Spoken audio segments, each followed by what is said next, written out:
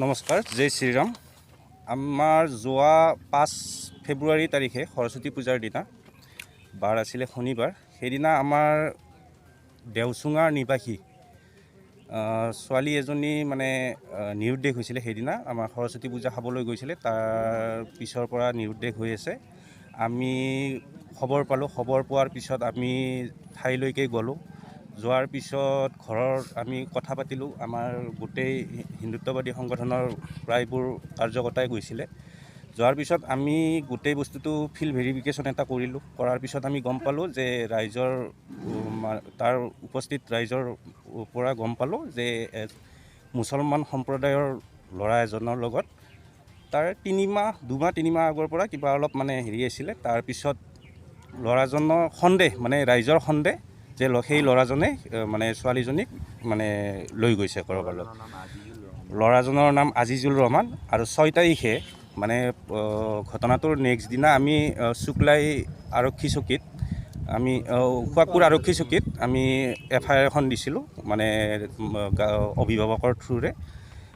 এতিয়ালৈকে আমি কোনো ধৰণৰ মানে পজিটিভ ৰিজাল্ট পোৱা নাই ছোৱালীজনীৰ উদ্ধাৰৰ ক্ষেত্ৰত। আৰু সেইকাৰণে আমি আজি আমাৰ গোটেই কাৰ্যকৰ্তাই আহি আমি CM ছাৰলৈকে এখন আমাৰ চাৰ্কল অফিচাৰ বাইদেউৰ থ্ৰুৰে আমি এখন স্মাৰক পত্ৰ প্ৰদান কৰিলোঁ। কি কাৰণত আৰক্ষী উদ্ধাৰ কৰিব পৰা ছোৱালীজনী আপোনাৰ কি কাৰণত মানে আমাৰ প্ৰশাসনৰ নিশ্চয় কিবা এটা গাফিলতি হৈছে, সেইটো কাৰণত বা ইচ্ছা শক্তি অলপ কম আছে, সেইটো কাৰণত মানে হৈছে। আৰু আমাৰ আগত যিমানকেইটা লাভ জেহাদৰ কেছ হৈছে ইমান দীঘলীয়া প্ৰচেছ হোৱা নাছিলে। এইটোৱে আমি আজি 12 দিন হ'ল, 5 তাৰিখৰ পৰা আজি 17 তাৰিখ পালে 12 দিন হ'ল। 12 দিনলৈকে কোনো আমি প্ৰশাসনৰ পৰা পজিটিভ কোনো ৰিজাল্ট পোৱা নাই এতিয়ালৈকে। কি প্ৰশাসনৰ ওচৰত আপোনালোকে কি আবেদন? প্ৰশাসনৰ ওচৰত আমি মানে আহ্বান মানে দাবী আমাৰ একচুৱেলি আমাক ছোৱালীজনী উদ্ধাৰ কৰি দিব লাগে আৰু যিজন দোষীয়ে উচিত শাস্তি পাব লাগে। তাৰমানে যোৱা সৰস্বতী পূজাৰ দিনাখন যি দেওচুঙাৰ ছোৱালীজনীৰ নাম কি আছিলে? এজুমাই কটোৱাল। তেখেতে 15 বছৰীয়া ছোৱালী। তেখেতে মানে আপোনাৰ সৰস্বতী পূজাৰ ঘৰৰ পৰা ওলাই গ'ল। ওলাই যোৱাৰ পিছত দেওচুঙাৰে দোকানী এজনে আছিলে, দোকানজনক মোবাইল দোকানী আজিজুৰ ৰহমান। তেখেতৰ লগত বোলে কিবা অহা যোৱাতে কথা পাতাতে তাৰপিছত এনেকৈ কিবা কিবি চিনাকি হ'ল। চিনাকি হোৱাৰ পিছত সিদিনাখন ঘৰৰ পৰা ওলাই যাম বুলি সেই দিনাখনৰ পৰা ছোৱালীজনী এতিয়ালৈকে নিৰুদ্দেশ হৈ আছে। তাৰপিছত তামোলপুৰ প্ৰশাসনৰ লগত যোগাযোগ কৰাৰ পিছত তামোলপুৰ SP মহোদয়ে আমাক কৈছিলে নম্বৰটো ট্ৰেক কৰি কেনে বোলে ক'ত পালে বেংগলোৰ নে ক'ৰবাত পাইছে।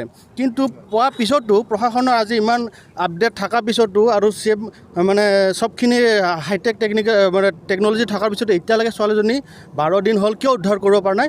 সেইটোৱেহে আমি শান্তিপূৰ্বকভাৱে আমি CM আমাৰ হেমন্ত বিশ্ব শৰ্মা দেৱলৈ আমি মানে এখন স্মাৰক পত্ৰ দাখিল কৰিব ওলাইছোঁ, যাতে প্ৰশাসনে যাতে এইবিলাক বস্তু যাতে সোনকালে উদ্ধাৰ কাৰ্যসূচীখিনি মানে হেৰি কৰে। আমাৰ কাৰণে সংগঠনৰ কাৰণে খুব ভাল, কাৰণ কি আমি সংগঠন এইটো কাৰণে আমি সংগঠনৰ কৰ্মৰত কৰ্মীবিলাক এইকাৰণে খুব হৈ আছে কি ইমান দিনৰ মানে আমাক একো তথ্য জনোৱা নাই। কেতিয়া উদ্ধাৰ কৰিব, ক'ত পাইছে, কিমান দিনৰ লাগিব বা ঘৰৰ মানুহৰ লগত কিবা কিবি যোগাযোগ কৰিছে নে কাৰণে সেইখিনি আমি একো মানে এই প্ৰশাসনৰ ফালৰ পৰা একো মানে তথ্যখিনি পোৱা নাই। সেইকাৰণে সকলো অসমবাসী ৰাইজক এইটোৱে কওঁ, জাগিলে হিন্দু বাচিব দেশ, নহ'লে হ'ব বাংলাদেশ। আৰু আমাৰ হিন্দু সমাজ যদি এতিয়া যদি নাজাগে আৰু 5 বছৰৰ পিছত কিন্তু আমাৰ গাঁৱে ভূঞে যিমান ফেৰিয়ালা সোমাইছে, যিমান হেৰি ওলাইছে, আমাৰ হিন্দু যুৱতী মাইকীবিলাকক লৈ যায় কেনে তেখেতসকলে হয়তো ক'ৰবাত নাৰী দেহ ব্যৱসায়ৰ লগত কিবা জড়িত থকা মানুহৰ লগত বিক্ৰী কৰিব। অলৰেডি তেনেকুৱা হৈছে বহুত জেগাত। সেইকাৰণে আমি কৈছোঁ যদি আমাৰ হিন্দু সমাজ জাগে তেতিয়া দেশ বাচিব, যদি হিন্দু সমাজ নাজাগে তেনেহ'লে বাংলাদেশৰ নিচিনা গতি হ'ব। এইখিনিয়ে কৈ ছোৱালীজনী ক্লাছ 8ম শ্ৰেণীত পঢ়ি আছিল। 15 বছৰ নাবালিক। 15 বছৰ 14 বছৰ মান হ'ব।